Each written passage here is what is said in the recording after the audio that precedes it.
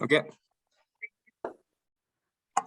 perfect. Donc, bonjour tout le monde.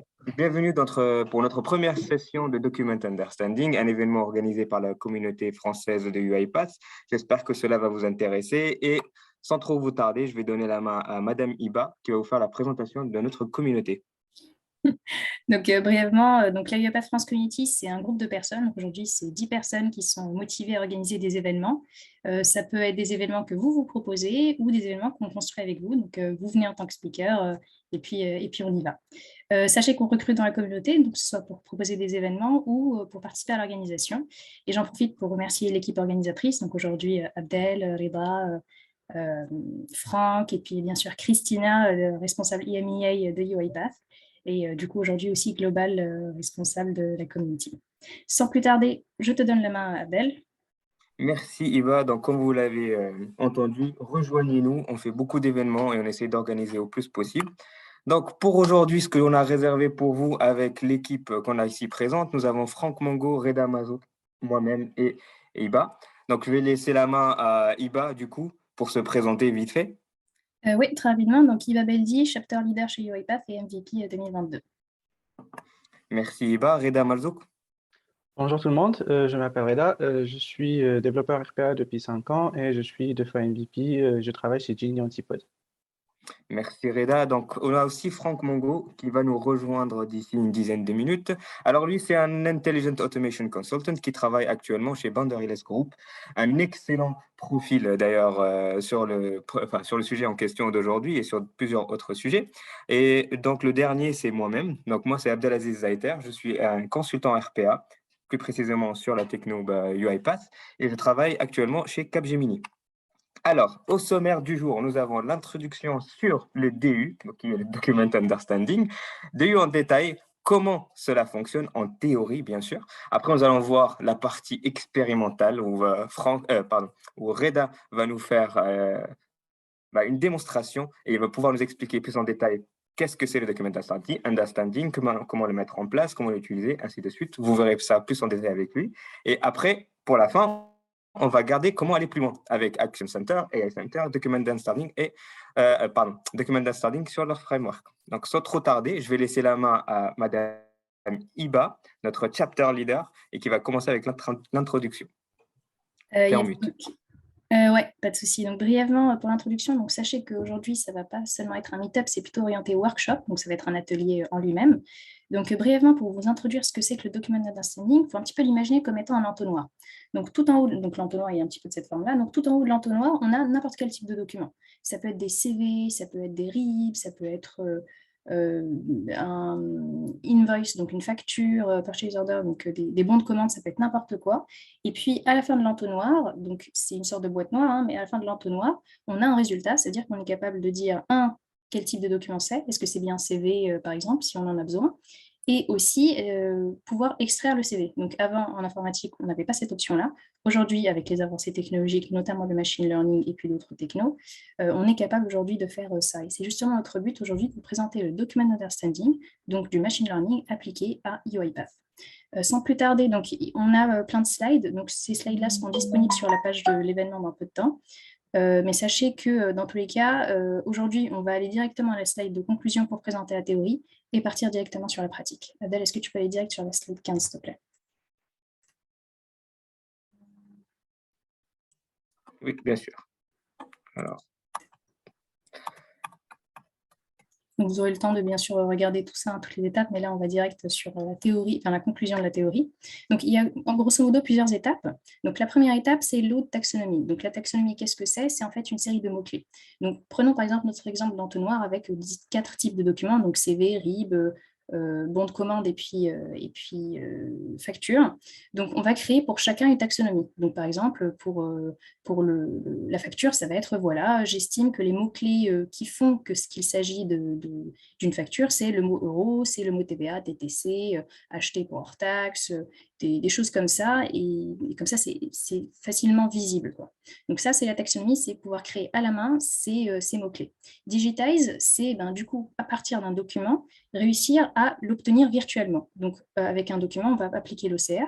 Donc si vous vous rappelez ce que c'est l'OCR, vous pouvez regarder l'épisode précédent. Mais l'OCR, en gros, ça va être la capacité, à partir d'une image ou d'un PDF, de pouvoir l'extraire et pouvoir obtenir en fait des mots. C'est ça qui nous intéresse à la fin, parce que c'est ces données-là dont on a besoin. Donc, une fois qu'on a ça, on extrait aussi une sorte de document visuel, ce qu'on appelle un DOM.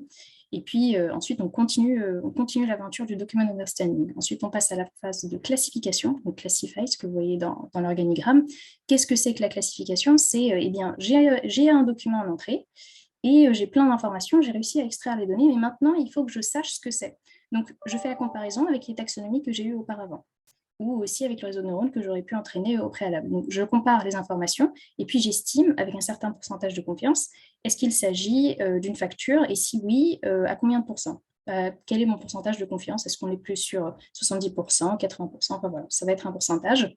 Et puis, si jamais c'est au développeur de définir en fait ce pourcentage de confiance. Si jamais c'est en dessous de ce pourcentage de confiance, on peut l'entraîner, donc ça rentre dans la moulinette pour le réseau de neurones, et puis l'utilisateur le valide, et hop, c'est classifié, et puis ça part. Ça part à l'étape d'extraction, parce que du coup, maintenant qu'on sait qu'il s'agit, du coup, par exemple, d'une facture, et bien maintenant, il faut extraire les données en elles-mêmes. Donc là, pareil, pour chaque champ, donc par exemple, pour le montant, pour le total, donc par exemple le tableau, des éléments comme ça, eh bien les données elles sont extraites et pareil, le robot estime un certain pourcentage que ça c'est bien le montant TTC total, ça c'est bien le montant à acheter, etc. Et donc pour chaque élément, ça va extraire et puis ça va sortir donc une station de validation, comme ça on va voir avec Reda, on va sortir un élément et puis on va dire ah oui, là on estime qu'il s'agit à 70% d'un montant hors taxe. Et puis pareil, ça fonctionne sur un pourcentage. C'est le développeur qui décide à partir de combien est-ce qu'on estime qu'il s'agit d'un montant TTC ou autre. Pareil, on l'entraîne pour que du coup, ça se met à jour dans l'information, dans la base de données du réseau de neurones. Ça se valide si jamais on met la validation, l'étape de validation, et hop, c'est exporté. Une fois qu'on a l'information, eh bien là, on commence réellement l'intérêt, entre guillemets, on retrouve l'intérêt de la RPA. C'est-à-dire qu'une fois que j'ai les éléments, je peux les insérer dans un ERP, je peux les insérer dans un fichier Excel, des choses classiques qu'on a l'habitude de faire en RPA. Donc voilà en conclusion, en théorie, grosso modo, le document understanding, c'est un petit peu dense, c'est un petit peu théorique. Maintenant, on va passer à la pratique. Reda, à toi la parole.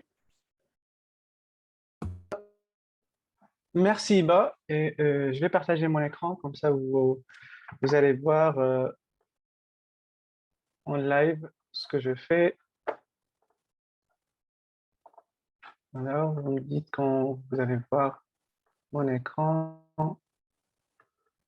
Si vous pouvez voir mon écran, vous pouvez me le dire. Oui, on voit ton Jubel. Ça marche. Donc là, OK. En fait, on va parler déjà de 3 choses avant de commencer. Donc, on va parler des prérequis, on va parler de pourquoi on a choisi ce mode de présentation, et on va parler en fait, de la structure générale. Donc déjà, les prérequis, avant de commencer un projet Document Understanding, il y a des packages qu'on doit installer avant même de commencer parce qu'on n'a pas, par exemple, la taxonomie ici. Donc ces packages-là, ils sont 2 packages, ils sont absolument nécessaires. Il y a d'autres packages pour le Document Understanding, mais il y a 2 packages qui sont essentiels à n'importe quel projet Document Understanding. Donc là, c'est où?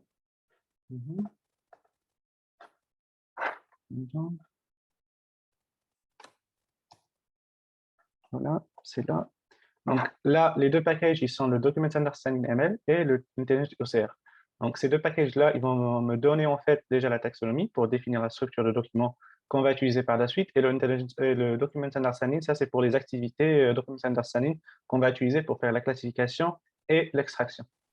Donc là, après avoir téléchargé ou faire le download de ces 2 packages, la première chose qu'on va faire dans un projet OCR, c'est la taxonomie. Donc, avant de voir la taxonomie elle-même, on a essayé de faire un essai de créer un document understanding, un projet document understanding from scratch. Donc, on a essayé vraiment de créer un projet classique document understanding, mais ça nous a pris 2 heures. Donc, pour la présentation d'aujourd'hui, ça ne sera pas possible. Donc, c'est pour ça on a opté pour un code qui est déjà prêt. Donc, on va vous présenter un code qui est déjà prêt, mais finalement, la logique, c'est la même. Donc là, on va revenir vers la taxonomie. La taxonomie, c'est la partie vraiment de définition, comme elle vient de le définir, c'est la définition de structuration de notre projet et de nos documents.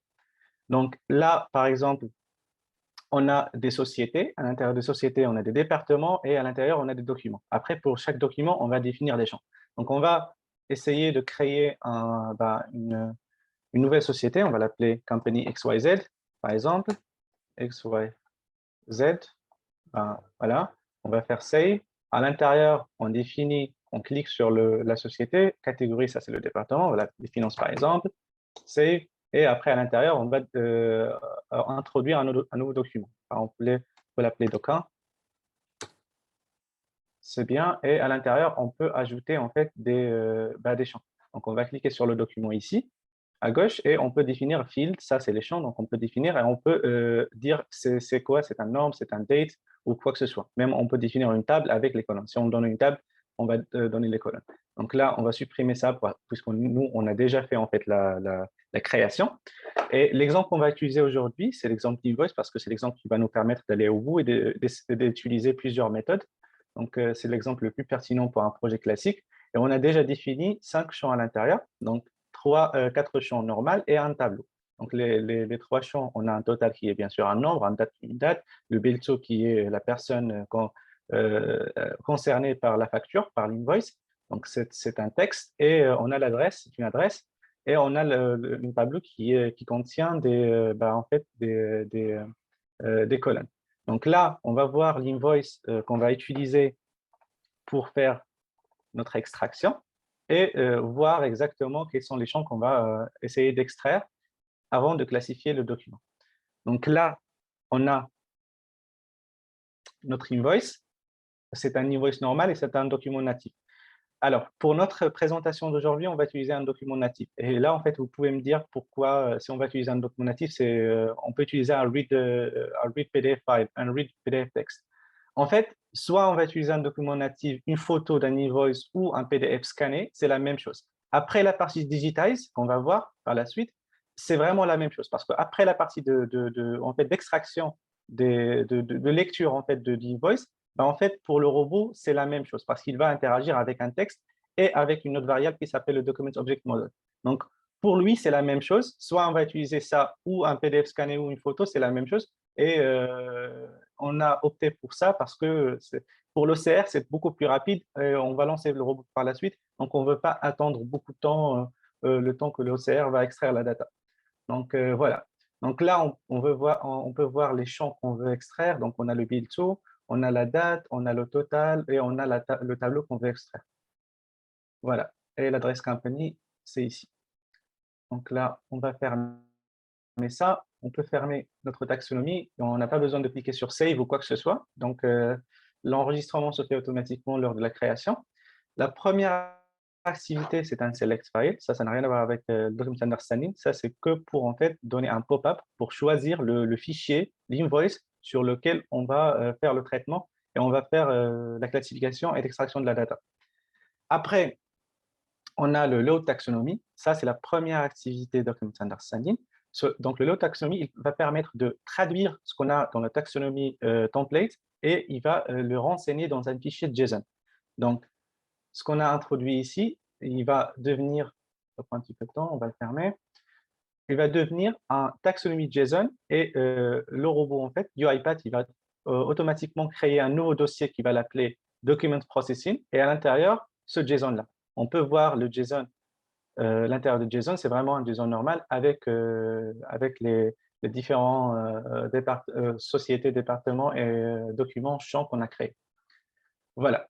Donc, après cette partie-là, on va avoir la création de ce JSON. Donc, après avoir, fait le loading de la taxonomie, on doit digitaliser notre document. On doit lire le texte que notre document contient. Donc là, on ne sait pas ce for each, ça c'est que pour louper si on va sélectionner plusieurs documents. Donc, pensez pas à ça, on va traiter déjà un cas linéaire d'un seul document. Donc, pour cela, en fait, le process commence ici, dans Digitize Document. Et comme input, c'est très simple, on va lui donner le chemin de document et après, en sortie, on va avoir deux outputs, donc un texte C'est tout simplement le texte qui va lire soit à partir de l'OCR, où il va lire automatiquement si on est en train de travailler avec un PDF natif, et le Document Object Model. Ça, c'est très important. En fait, la deuxième variable, elle est cruciale parce que c'est ça ce qui va être utilisé par les autres en fait, activités de Document Understanding pour le classify et l'extraction, pour qu'ensuite, en fait, le robot et UiPath, il va pouvoir classifier le document et extraire de la data. Donc ça, on ne va pas en servir nous-mêmes. On peut le visualiser, c'est un JSON finalement, mais il sera utilisé par les autres applications, donc c'est très important, par les autres activités, pardon. Après, on doit bien sûr placer un engine, donc un OCR, et ça, pour la simplicité, on va passer UiPath Document OCR, et on n'a pas besoin de toucher ça parce qu'en fait, c'est déjà préconfiguré par UiPath.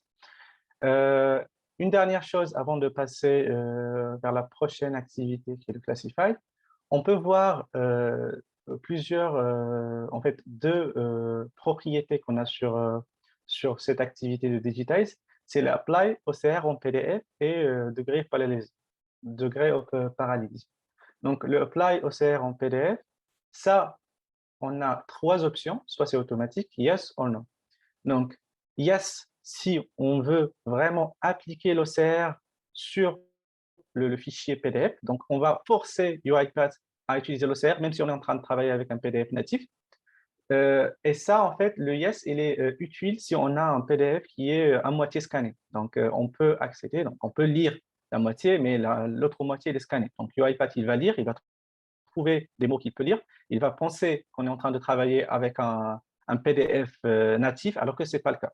Donc là, c'est bien en fait de le forcer à utiliser OCR, comme ça, il va lire tout le document. Après, nous, on va le laisser à auto, puisqu'on a un PDF natif, et donc on sait bien que le robot il va utiliser la méthode la plus simple pour le lire. Degré de parallélisme, ça, c'est pour dire au robot combien de cœurs que le PC doit utiliser en fait pour traiter exécuter cette OCR, l'activité OCR. Là, on a dit -1, ça veut dire si on est en train de travailler avec un PC i5 par exemple, avec 5 cœurs ou 4 cœurs, bah, ça sera 5-1 ou 4-1. Donc, ça sera le nombre de cœurs total -1. Comme ça, on va garantir que UiPath ne sera pas bloqué à cet endroit-là. On ne va pas utiliser tout le processing power qu'on a dans le PC sur cette partie-là. Donc, moi, je le laisse toujours à -1. Donc, si vous pouvez le laisser à -1, ça sera bien aussi. OK, donc là, on passe vers la première partie intelligente. Donc, on a dit que dans un projet Document Understanding, on a deux parties intelligentes. La première partie, c'est la classification de documents. On veut savoir, comme Nibal a dit, est-ce que c'est un CV, est-ce que c'est un devis, est-ce que c'est une facture, est-ce que c'est une feuille de soins, c'est un passeport, quoi que ce soit. Donc, on veut déjà faire la classification et après, on peut faire l'extraction.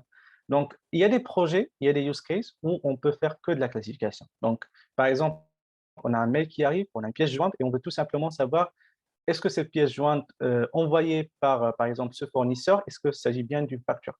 Donc, ça, c'est tout le use case. On ne veut pas extraire de la donnée. Donc, nous, au lieu de penser au Document Understanding comme étant en fait, une boîte noire d'une seule entité, en fait, d'une seule chose, en fait, ce n'est pas le cas. On a plusieurs étapes et on peut utiliser des étapes, par exemple la classification, pour des use cases propres à la classification. Donc, voilà, on a plusieurs outils et après, on fait tout ça pour faire la classification et l'extraction qu'on va faire à la fin. Mais la classification elle-même, ça peut utiliser à des use cases bien précis. Donc là, on va revenir ici sur le Classify Document Scope. Et là, on va commencer à avoir plein d'inputs. Donc, ça sera le cas pour le reste des activités Document Understanding. Donc, la première variable, c'est bien sûr le document path, donc le chemin. Après, on a le texte qu'on vient d'extraire à partir de la partie Digitize. On a le Document Object Model. Et on a la taxonomie qu'on a définie ici. Donc, ça, c'est comme input. Et bien sûr, la sortie, ça sera la classification. Donc, ça sera le Document Classification. Et ce Document Classification, ce n'est pas un array, mais en fait, il faut le penser à ça comme un array. Et après chaque élément, il sera par exemple le premier élément, ça sera la classification la plus probable. Le deuxième élément, ça sera la deuxième classification la plus probable. Et comme ça. Donc, nous, on va toujours accéder au premier élément, puisqu'en fait, c'est l'élément le plus probable dans cette classification. Donc là, après avoir placé cette activité de Classify Document Scope, ben, en fait, on a le Keyword-Based Classifier. Donc, ce Keyword-Based Classifier, il est très important. Déjà, en fait, avant de parler de ça, on a deux méthodes. En fait. Soit on va utiliser un Keyword-Based Classifier, soit on va utiliser un Intelligent Keyword Classifier. Donc, on a deux. Le premier, il n'est pas intelligent, comme le nom l'indique. Déjà, en fait, c'est déjà écrit. Donc, on a soit Intelligent Keyword Classifier ou Keyword-Based Classifier. Donc, le premier, il n'est pas intelligent. Donc, nous, on va définir les mots-clés que le robot va utiliser par la suite pour définir de quel document s'agit-il. Donc, on va, par exemple, ici, on va voir.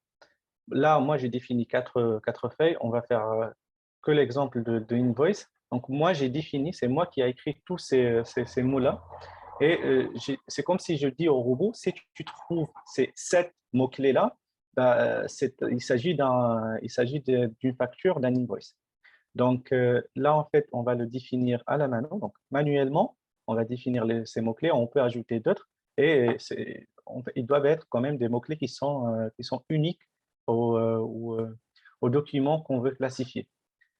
Le Intelligent Keyword Classifier, en fait, c'est pas du tout comme ça. Nous, ce qu'on va lui donner, c'est tout simplement un API key. On va voir comment on va extraire ce API key par la suite. Et un learning file path. Donc, ce learning file path, c'est vraiment le chemin de document où il va faire le learning. Donc, nous, on va tout simplement lui donner un chemin d'un fichier et lui, il va pointer sur ce fichier-là, il va lire tout le chemin, il va faire la partie digitize et lui, il va reconnaître en fait les mots-clés qui sont les plus importants pour ce fichier-là. Donc, à chaque fois, en fait, on va définir plus de documents, on va lui donner plus de documents. Il va donner en fait, un taux de confiance pour chaque mot. Donc, ce sera un facteur pour chaque mot. Et chaque mot se répète. Si on a un mot, par exemple, qui se répète sur tous les documents, ben là, en fait, en se basant sur ce mot-là, il va pouvoir classifier avec un taux de confiance qui est plus élevé le document. Donc, il est vraiment intelligent. Il va lire tout le document, il va voir les mots-clés qui se répètent et il va s'appuyer sur ces mots-là pour faire la classification par la suite. Donc là, on va supprimer ça parce qu'on ne va pas l'utiliser. Dans notre cas, de manière elle est plus simple, on va utiliser le keyword-based classifier. Et après le Classify Document Scope, on va toujours cliquer sur Configure Classifier. Cette partie est facile. Il faut tout simplement cocher les documents qu'on veut classifier, tout simplement. Donc là, on veut classifier un invoice. On a checké invoice. Si on veut classifier 2-3 documents, donc on va checker les autres documents. Là, on va rester avec l'exemple le plus simple, donc l'invoice. Donc, on fait un cancel et on va partir de Classify vers le reste. Donc là, je vais changer ça. Excusez-moi parce que je vais changer ça de 0,6. C'est bien. Donc là, en fait, après la partie Classify, on a Document Classification 0. Donc cet élément-là, le premier élément de ce Document Classification qu'on vient d'avoir à partir de cette partie Classify, en fait, l'élément le plus probable. Par exemple, dans ce cas-là, ça sera l'invoice, bien sûr. Donc, on a un attribut qui s'appelle confidence, donc la confiance, donc le pourcentage de confiance. S'il est inférieur, par exemple, à 60%, nous, on veut valider en fait le document, on veut voir le document. Pourquoi le robot n'est pas très sûr de la classification de ce document? Donc, on veut bien en fait le valider. Donc, pour ça, en fait, le Document Understanding, il nous donne une activité qui s'appelle le Presence Classification Station. Et cette activité, ce qu'il va faire tout simplement, c'est d'afficher une fenêtre. Il va nous montrer en fait le document et il va nous montrer le degré de confiance, le taux de confiance. Et nous, on va pouvoir valider ou pas le document.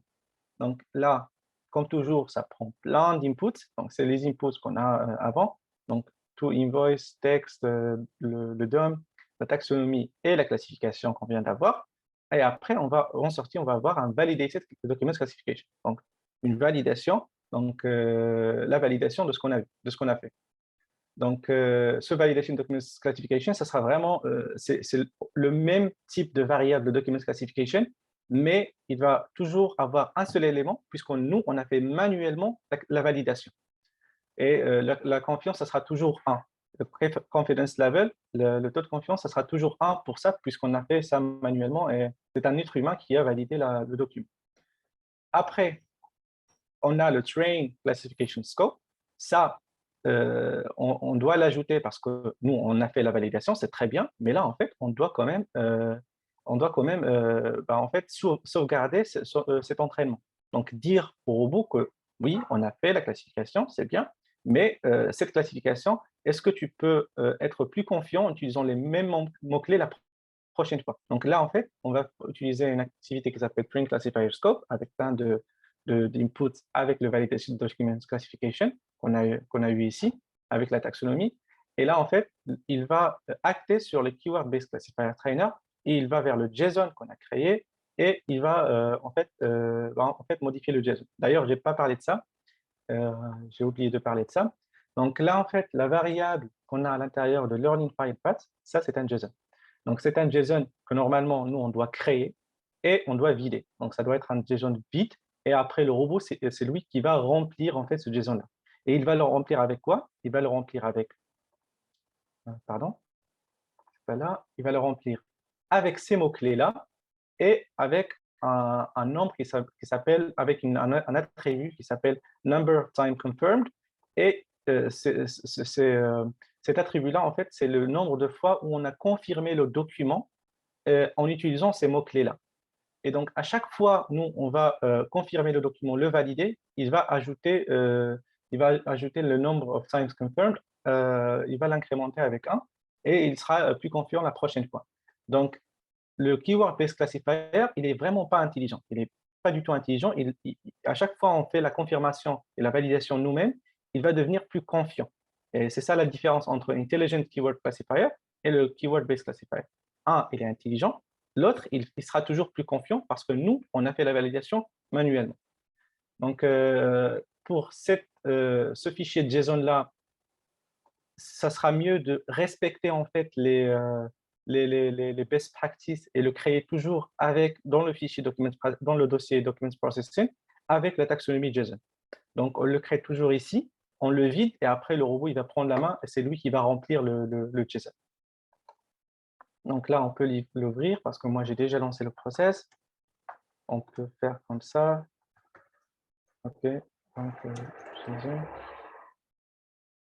OK. Donc, il ne se rappelle pas. Mais normalement, c'est un fichier JSON. Et moi, j'ai déjà en fait lancé plusieurs fois. Et donc là, en fait, je vais supprimer un attribut ici pour voir ce qui va se passer. Après. Ça, on va voir après ce que j'ai fait. Ce n'est pas important maintenant, mais voilà, on va voir par la suite. Donc, le Train Classifier Scope, donc, il va acter sur le JSON qu'on vient de voir et il va tout simplement en fait incrémenter un attribut pour que la prochaine fois, il soit plus confiant et il va nous donner un meilleur degré de confiance.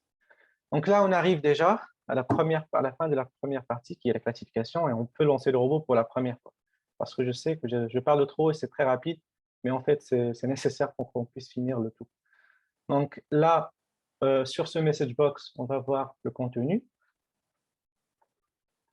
Donc sur ce message box-là, on a déjà la classification de créer le document. Cette partie-là, c'est que pour dire, voilà, ce document-là, je l'ai classifié avec tel degré je l'ai classifié comme étant ce document-là, une facture, un CV ou quoi que ce soit, et avec ce taux de confiance qui est décrit par cette variable-là. Donc, cette variable-là, c'est un double, et il va nous donner en fait le degré de confiance. Donc, on va lancer le robot, ça sera beaucoup plus clair. Si vous avez des questions, je pense qu'il y a 16 dans le chat. Vous pouvez avoir après s'il y a des questions et on peut voir. Complètement, ouais. Donc, Pas mal de questions.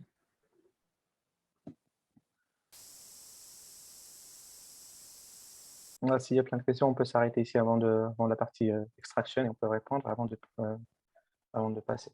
Donc là, en fait, le select file, c'est une activité à part. Il va me donner ce pop-up-là. Et je vais me pointer déjà sur ce fichier-là. Ça, c'est mes invoices. En fait, ils sont les mêmes. C'est une invoice que j'ai générée. Ce sont des invoices random avec des valeurs différentes, mais ils sont vraiment les mêmes. On va sélectionner un, par exemple 5.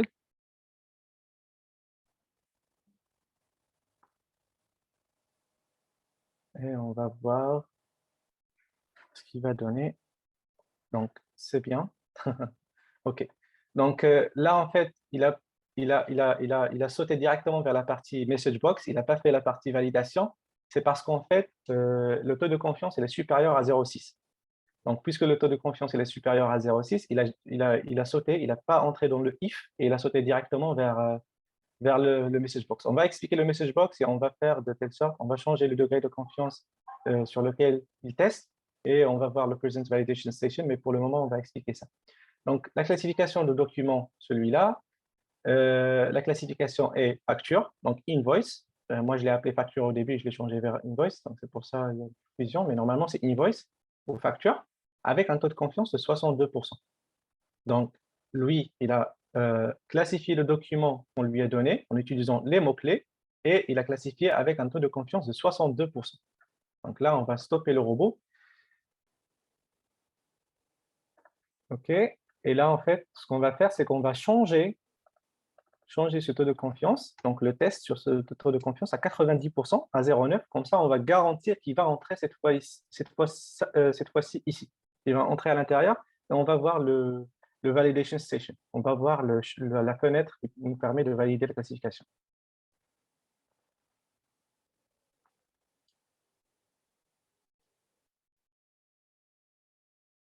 Donc voilà, il nous tombe toujours ça. Donc on sélectionne un autre document. Vraiment, ils sont les mêmes, donc pas de souci. Et là, en fait, j'espère qu'il n'y aura pas d'effet de démo et il va m'ouvrir voilà, c'est bien. Donc, il m'a ouvert, voilà, il m'a ouvert la classification station. Donc, ce que UiPath fait, ce qui est très bien en fait, c'est il va nous montrer en fait le document, il va nous montrer le degré de confiance, le taux de confiance. Donc là, il est à 62% sûr que ce document-là, c'est un invoice, en utilisant les mots-clés qu'on lui a donnés. Donc, non, nous, on va cliquer ici, on va sélectionner, on va lui dire que bah, c'est bien, c'est un invoice, il change bien vers 100% parce que c'est un être humain qui le fait, et on va cliquer sur Save.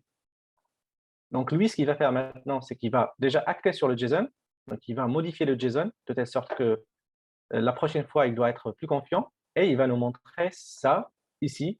Il nous montre, bah, en fait, voilà le document, celui-là, il est classifié comme étant facture, avec un taux de confiance, voilà, 62%. Donc là, on va arrêter le robot, on va lancer encore une fois pour voir est-ce qu'il sera confiant, est-ce qu'il sera plus confiant cette fois-ci ou pas. Et moi, je pense qu'il ne sera pas plus confiant parce que toujours la première fois, le confidence level, ça ne se rajoute pas en fait. C'est comme ça. Donc, il faut vraiment le lancer 2-3 fois, il faut valider le document 2-3 fois avant que le taux de confiance sera plus élevé. Donc, on va choisir toujours 3 par exemple. Puisqu'on a, nous, on a dit c'est 90%, donc forcément, il va nous afficher le Present Validation Station. Le taux de confiance n'augmente pas d'un seul coup. Donc, il faut vraiment valider le document plusieurs fois avant que le taux de confiance augmente d'une façon très… Ah non, en fait, non, il a passé de 72% vers 90% direct. OK, bah, c'est bien. Je n'ai pas prévu qu'il va sauter avec, je pense, 18%, mais OK, c'est bien. Donc là, on va le confirmer encore une fois que c'est un invoice. On va faire un save. Il va nous afficher toujours bah, en fait, le taux de confiance qui est 80%. Et on va arrêter le robot, on va le lancer une dernière fois seulement pour s'assurer qu'il augmente le taux de confiance. Donc, on va le lancer une dernière fois.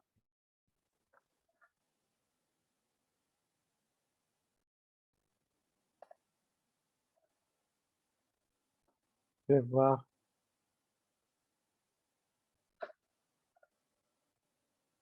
Voice 3.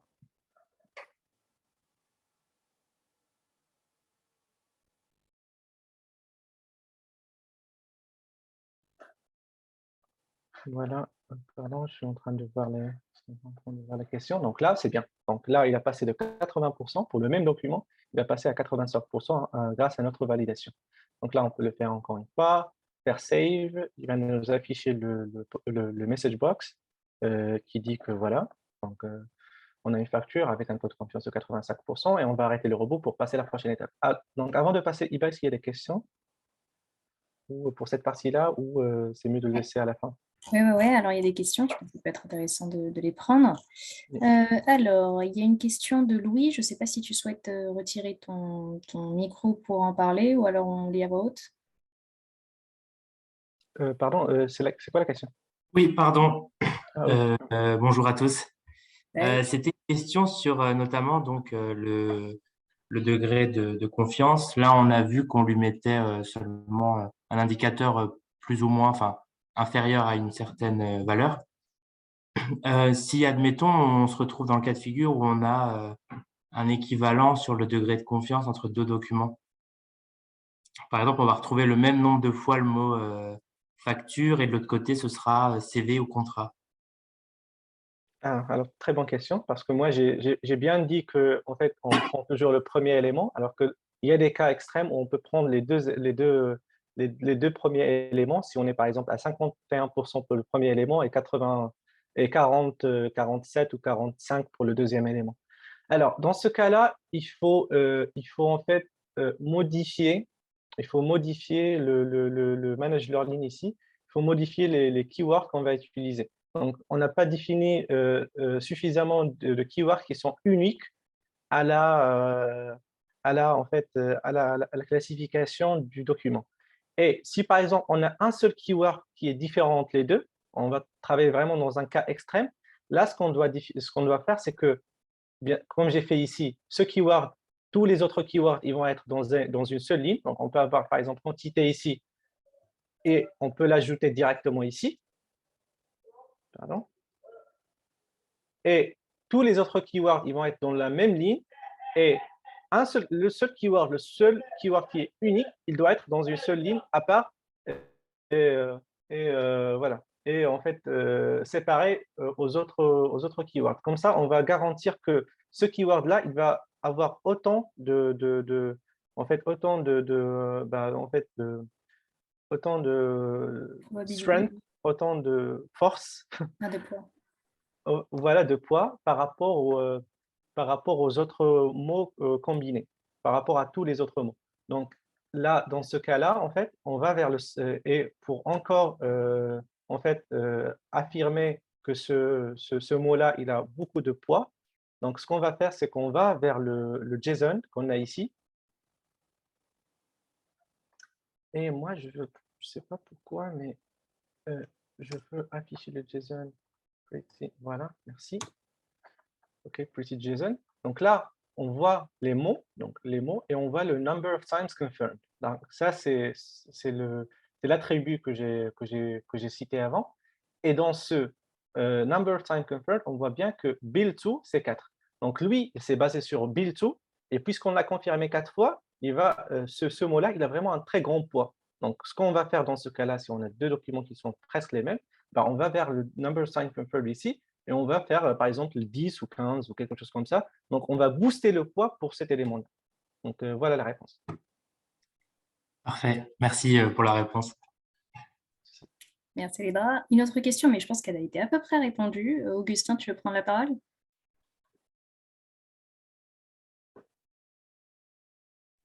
Ouais, bonjour, merci beaucoup pour la présentation. J'avais deux questions, mais la première, c'était exactement ça, c'était de savoir s'il était possible de pondérer des mots-clés par rapport à d'autres. Typiquement, la reconnaissance du mot invoice qui nous indique clairement qu'on est sur le bon document. Mais donc, on peut le faire à partir du JSON, ça je comprends. La deuxième chose que je demandais, et j'ai à peu près la réponse, mais c'est juste pour confirmer, il est possible de commencer par un keyword-based classifier et au fur et à mesure du temps de se servir des résultats pour alimenter un intelligent-based classifier, un modèle plus intelligent ou Alors, pas. en fait, alors moi, j'ai jamais en fait fait la remarque, parce que si les JSON ils sont les mêmes, on peut le faire. Mais en fait, je pense que les attributs de JSON de Intelligent Keyword Classifier, il est différent de l'attribut de JSON qu'on a sur le Keyword Based Classifier. Donc là, par exemple, on va définir, déjà en fait, on a le API Key, donc on va faire j'espère qu'on va avoir suffisamment de temps à la fin pour la partie, pour T'inquiète. notre partie. On gère le Mais temps. voilà. Donc là, on va faire un learning file path. Donc, on va lui donner le invoice. Non, pardon. Ah oui, ça, ok. Donc là, je dois créer un nouveau. Ok. Donc là, je dois créer un nouveau JSON et je dois lui donner le JSON. Donc, ça marche, on va le faire rapidement. Si vous voulez voir pour le Intelligent Keyword Classifier, OK. Donc, on va vers ici, ici. Sachant Et que donc, aussi, je pense que ça peut être intéressant pour toi, Augustin. Généralement, quand on les met côte à côte, donc Keyword-Based Classifier, Intelligent-Based Classifier, l'importance aussi, c'est l'ordre de priorité. C'est toujours de gauche à droite. Donc, si tu as un premier Intelligent-Based et puis après, non, plutôt le contraire, juste Based Keyword et puis après Intelligent, et bien du coup, ça va regarder avec le Based. Si jamais si jamais malgré la classique du Based, il n'y a pas assez d'informations, il n'est pas très serein au niveau du taux de confiance, alors ça passe direct automatiquement par le intelligent keyword. D'accord, mais on se retrouve avec deux JSON différents en fait. Ils alimentent pas le même JSON tous les deux. Non. En fait, D'accord. c'était ça la question. Alors, si c'était ça la question, oui. Ils ont deux JSON différentes. C'est pas le même JSON. Les attributs qu'on a sur ce JSON-là, ils n'ont rien à voir avec le premier. Donc, en fait, ce sont deux JSON différentes. Et le deuxième JSON, il a pas le numbers of time confirmed. Donc, en fait, ce sont deux JSON différentes. Et là, en fait, ce qu'on va faire, c'est que pour invoice, on va faire un import et on doit choisir en fait l'invoice sur lequel il doit faire le learning. Alors, on doit lui donner un zip. Donc, on doit cliquer sur Start Learning. Ça prend du temps. Cette partie-là, normalement, c'est avec OCR. Donc, il est bloqué là. Ok. Ok, donc là, c'est bien. Ok. Donc, on va utiliser UiPath OCR. API key, c'est extractor API. Donc, Start Training. Donc là, je dois choisir en fait mon document. Je vais utiliser ça. Donc, et là, je vais faire un Start Training. Donc là, il va faire le digitizing lui-même. Il va faire le Start Training. Donc, j'espère qu'il a déjà alimenté.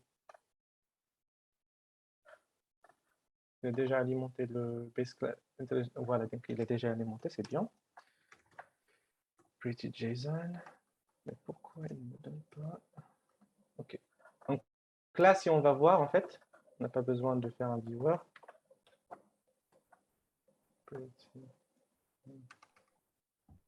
Ça marche. Donc là, en fait, sans besoin de faire le viewing en fait, du document, là, on voit bien en fait qu'il va sélectionner plein de documents. Et ce n'est pas un numbers of time conferred, c'est le score en fait qui est le plus important. Donc, on a un attribut qui s'appelle score, et à chaque fois, en fait, cet attribut il va changer en termes de combien le mot-clé il va se répéter sur plusieurs documents. Donc, on a un score, et on a le term, par exemple, là, c'est company. Donc, ce company-là, en fait, il a un poids de 0,86. Et ça, en fait, il peut dépasser 1, c'est pas de 0 à 1. Donc, voilà.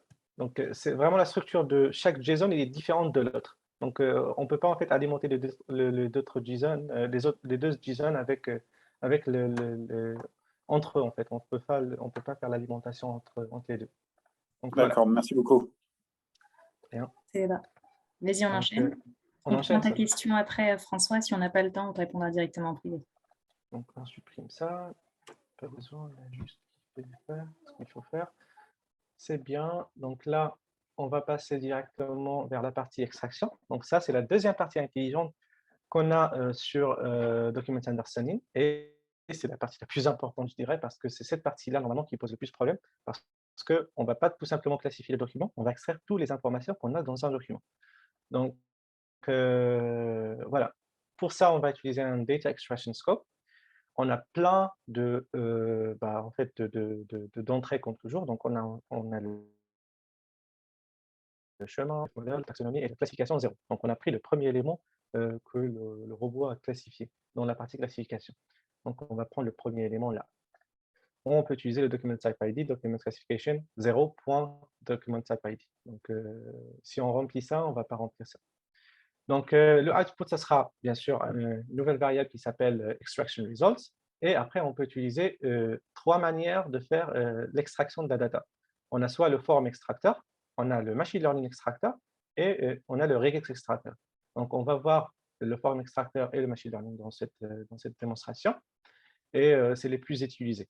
Donc, on a le Form Extractor et c'est ça c'est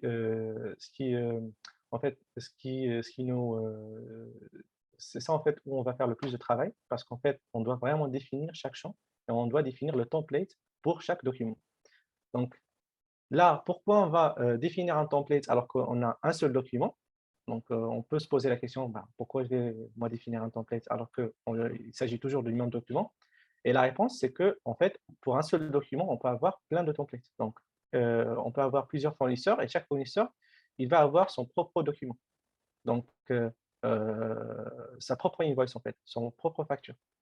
Donc là, on va se trouver dans le cas où on doit définir un template par facture parce qu'on veut faire une extraction qui est quand même reliable. Donc, on peut compter sur le robot pour trouver toujours, voilà, pour trouver toujours le même, en fait, la data qu'on veut. Donc là, on va voir comment créer un template parce que c'est très important. On va l'appeler invoice demo 1, par exemple. On va choisir le PDF et de préférence, c'est les natifs. Donc, même si on va traiter des PDF qui sont scannés par la suite, si on a une version de PDF natif de ce document-là, c'est mieux de l'utiliser. Sinon, on peut partir avec le document scanné, pas de souci. L'OCR va fonctionner comme il faut. Donc là, on va utiliser UiPath Documents OCR et on a le API Key. Donc, pour extraire ce API Key, là, je vais me positionner sur la présentation pour vous montrer exactement. Donc là, en fait, pour extraire ce API Key, ce qu'on va faire, c'est qu'on va vers notre espace cloud, donc notre UiPath Cloud. On va vers admin, licence, robot et services, et normalement, il va se trouver ici. Donc, si c'est la première fois que vous faites ça, vous allez avoir un generate key à côté. Sinon, en fait, on va tout simplement copier en cliquant ici, et on va pouvoir copier l'élément, le key. Moi, j'ai déjà créé comme ça. Moi, j'ai déjà créé en fait, l'élément et je l'ai déjà créé dans une variable qui s'appelle extractor API. Donc, je vais tout simplement écrire extractor API ici et normalement le robot il va prendre ça comme son API key qui existe sur le cloud. Donc là, c'est bon, c'est bon, c'est bon. On peut cliquer sur configure. Donc, lorsqu'on va cliquer sur configure, il va nous afficher une fenêtre pour pouvoir configurer l'extraction. Et on va voir exactement comment on fait pour faire l'extraction. Donc là, on a une fenêtre qui s'affiche avec plein d'instructions. On va voir ces instructions live, pas besoin de les dire. Donc déjà, on a un premier élément, c'est toujours le premier élément. On a numéro 1. Ça, on doit choisir en fait 5 ou plus matching info. Donc des informations qui vont être toujours en fait présentes et fixes au même endroit dans le document. Donc ce sont des labels. Donc les labels de document doivent être définis à cet endroit-là. Donc on va cliquer sur contrôle. On doit hold click control. Et on va commencer à définir. Donc, on voit bien que le robot, en fait, il a déjà fait la digitalisation et il arrive à faire le highlight de chaque élément. Donc, on peut définir ces éléments comme étant les labels qui vont être fixes par la suite. Donc, nous, on sait très bien que quantité, unit price, amount, total, même invoice ici, ils vont être toujours, en fait, au même endroit. Donc, c'est ces informations-là qu'on va utiliser comme matching info. Donc, après, on clique sur extract value.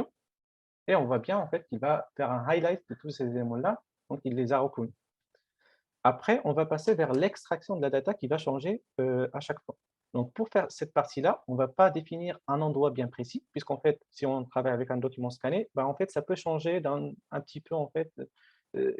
C'est plus en fait, c'est plus possible d'avoir la valeur qui est plus en bas ou en haut, surtout si c'est un document manuscrit.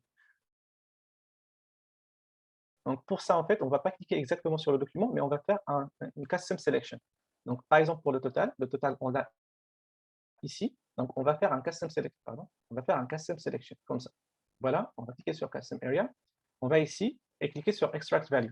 Là, il ne va pas m'afficher la valeur de l'extraction, pas comme ici, parce que c'est un custom selection, ça peut changer à chaque fois. Donc, il me dit que cette valeur-là, ça peut changer à chaque fois. Donc, je ne vais pas vous montrer exactement la valeur, c'est l'endroit qui est le plus intéressant et le highlight qui est le plus intéressant. Donc là, on a un vert, et là, on voit bien en fait qu'il a fait un highlight avec le vert. C'est bien. Donc là, on va vers date, on va faire la même chose. Custom area, extract. Donc, on voit bien que c'est la même couleur. Build to, la personne concernée par l'invoice. Et on va vers address company. On va voir après, après comment on fait pour le tableau. Parce que c'est une procédure un peu différente. Donc là, on voit bien, on fait comme ça. Ça, c'est l'adresse de la société, custom area. C'est bien. Et là, on a order. Donc, pour le tableau, ce qu'on va faire, au lieu d'aller directement et faire le highlight, on doit cliquer ici, on doit cliquer sur le tableau. Il va me donner déjà en fait la structure du tableau en bas. Et moi, je dois cliquer ici et je vais faire un extract new table. Donc, je vais faire l'extraction de new table. Et là, en fait, je vais faire un highlight et je ne vais pas faire le highlight de l'entête, en fait, de header, parce que en fait, ça ne sert à rien. J'ai déjà en fait défini le header. Là, il va faire le processing de la table, donc processing table.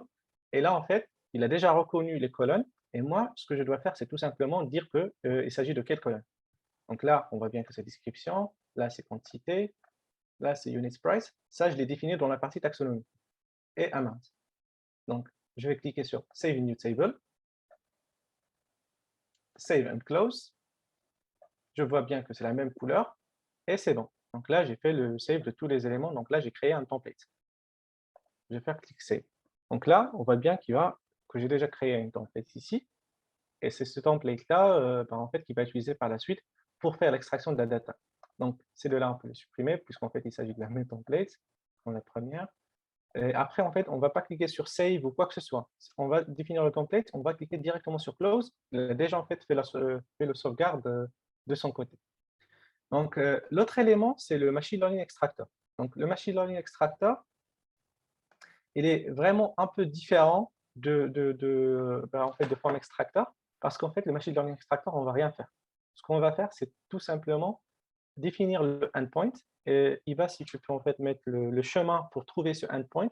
Et ce endpoint, en fait, il est précis à chaque élément, donc à chaque document. Donc, si on a un invoice, on va avoir un endpoint des invoices. Si on a un récépissé, on a un CV ou quoi que ce soit, donc on a un endpoint qui est précis à chaque élément. Et ici, on a le API key, bien sûr, c'est le API key qu'on a déjà extrait. Et en fait, ce Machine Learning Extractor, c'est une activité qui est déjà entraînée sur beaucoup de types d'invoices, beaucoup de types de factures.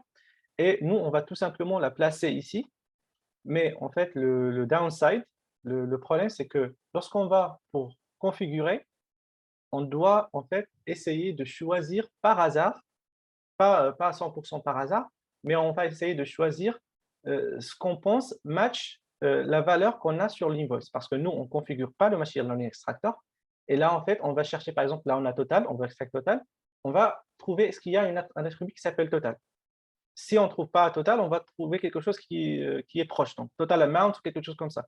Et après, lorsqu'on va faire l'extraction, on va voir est-ce qu'il s'agit bien de l'extraction qu'on a choisie. Par exemple, là, date, on peut avoir par exemple plusieurs dates dans le même invoice, par exemple la date d'envoi et la date de réception. Donc là, par exemple, on va choisir date. Et s'il extrait le premier élément, c'est bien. S'il ne l'extrait pas, on doit passer par le form extractor parce que ça, en fait, il ne permet pas de l'extraire. Donc, c'est ça, en fait, le downside. Le machine learning, on ne configure rien, on ne crée pas de template, donc c'est facile. Mais le compromis, c'est qu'on le contrôle pas à 100%. Le form extractor, on le contrôle à 100%, mais c'est plus de travail. Donc, c'est ça la différence entre les deux. Je vais recliquer sur Configure Extractor pour vous montrer ce que j'ai fait ici. Donc là, à chaque fois qu'on ajoute un extracteur, on va avoir l'extracteur dans une colonne.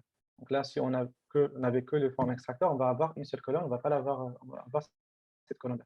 Et là, on peut définir en fait, on peut définir un mode hybride.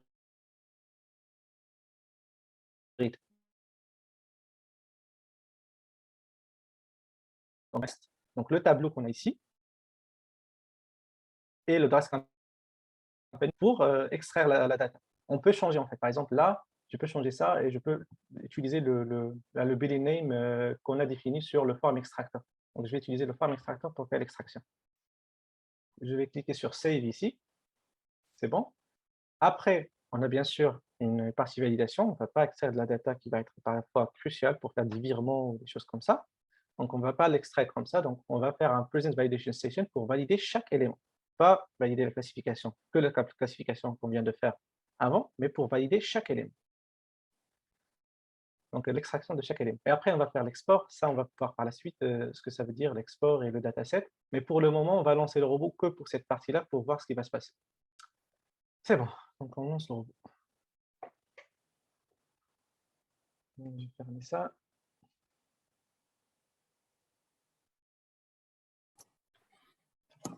Reda, Oui, on a il nous dépassé. reste, non, il nous reste 5 minutes. Donc, Bah, en fait, de manière, il me reste que la partie export et ça, c'est très facile.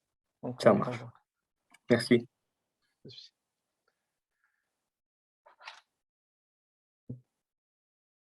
Et le robot, il va prendre plus de temps maintenant, comme par hasard.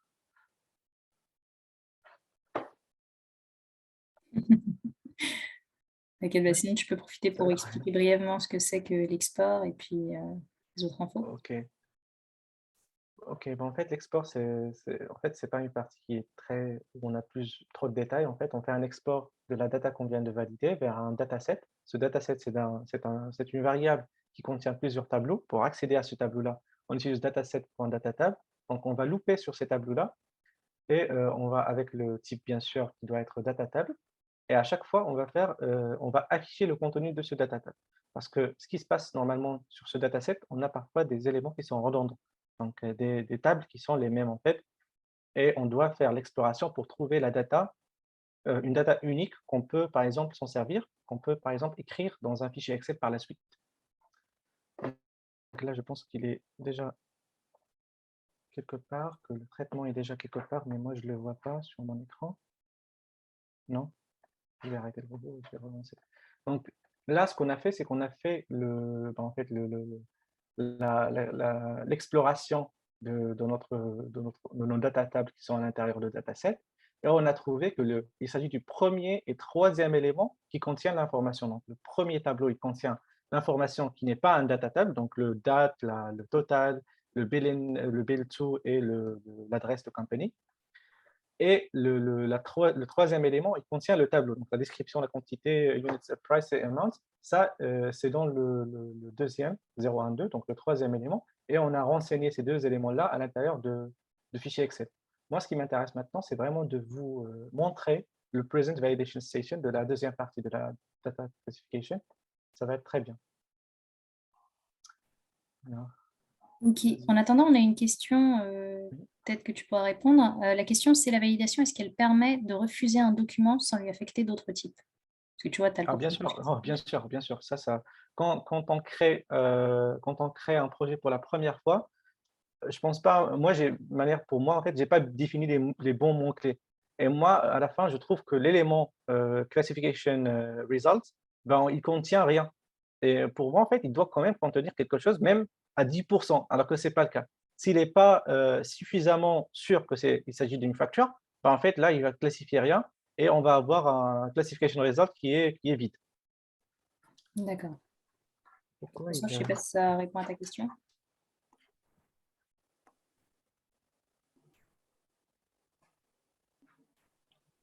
Je crois qu'il est peut-être en mute. Ah oui, pardon. C'est là en fait. C'est là. C'est moi qui n'ai pas vu, qui n'ai pas bien vu. Donc là, on va avoir invoice. Barre 3. Finalement, on peut voir le traitement. Donc là, il va me donner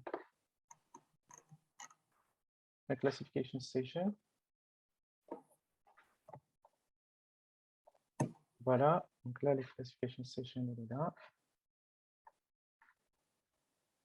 Donc la classification station elle est là. Il est à 86%. Encore mieux que 85% de la dernière fois. Donc on va cliquer sur Save. Et là, en fait, il va me donner, bien sûr, le pop-up. Ça, on l'a déjà vu. Et là, en fait, on va avoir la prochaine étape, Donc, il doit m'afficher maintenant la validation, c'est très bien. Donc, ça, c'est le Present Validation Station. Donc, il a déjà fait en fait l'extraction de la data et maintenant, il va me montrer ce qu'il a fait en termes d'extraction. Donc, déjà, en fait, le document type, il est toujours affiché ici. Et en se basant sur ce document type, le template, il va me dire que le total, il est celui-là. Donc, même si moi, j'ai défini tout, le machine learning, c'est parce qu'on a utilisé le machine learning, pas le form extractor, il a pu savoir qu'il s'agit du numéro, il ne s'agit pas de ce euro-là. Ce n'est pas important, on peut l'introduire par la suite, mais il a bien fait l'extraction du numéro. C'est pour ça, en fait, si c'était le form extractor qui a extrait ça, il va extraire le tout. Donc, le date, c'est celui-là. Donc, on va confirmer la sélection de ces deux-là. Le build to, c'est là, en fait. Donc, il a bien fait l'extraction. Le order de la table, c'est bien. Il a bien fait l'extraction de la table. On voit bien qu'il s'agit en fait, de ce qu'il devait faire, de l'extraction de la data table. Et finalement, en fait, l'adresse compagnie, c'est celle-là. Donc, c'est bien. Save. Donc là, on va vers Output pour voir, voilà, pour voir nos éléments, en fait, le dataset qu'il a fait, le dataset exporté. Et là, en fait, on voit bien en fait que le premier élément, le deuxième, ils sont les mêmes, le troisième et le quatrième, ce sont les mêmes. Donc, nous, on va prendre le premier et le troisième et on va le renseigner dans un fichier Excel que je vais vous montrer maintenant pour finir la présentation. Le fichier Excel, il est là.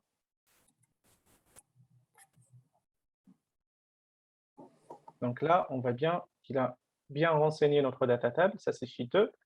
Et là, en fait, il a bien fait l'extraction de nos données en fait, qui ne sont pas intact. Donc, c'est bon pour moi. Merci Reda, je crois qu'on a légèrement débordé. Ouais. On voulait profiter pour la fin, pour les questions, mais malheureusement, je crois qu'on est un petit peu en retard. Cependant, ce qu'on vous propose, c'est de laisser vos questions dans les commentaires. Et nous, on va essayer d'y apporter des questions ou peut-être même d'y consacrer un autre meet-up si les questions sont trop intéressantes ou encore trop grandes pour être répondues sur une ou deux lignes. Donc, encore une fois, merci à tous pour avoir assisté. Merci à nos animateurs. Malheureusement, Franck, il est 14h02, on n'aura pas le temps de faire ta partie. Toutefois, peut-être on va une fois de plus réserver ça à une autre session. Merci à tous et je vous souhaite un bon jeudi et peut-être même un bon vendredi et un bon week-end. Au revoir. Merci à tous. Merci.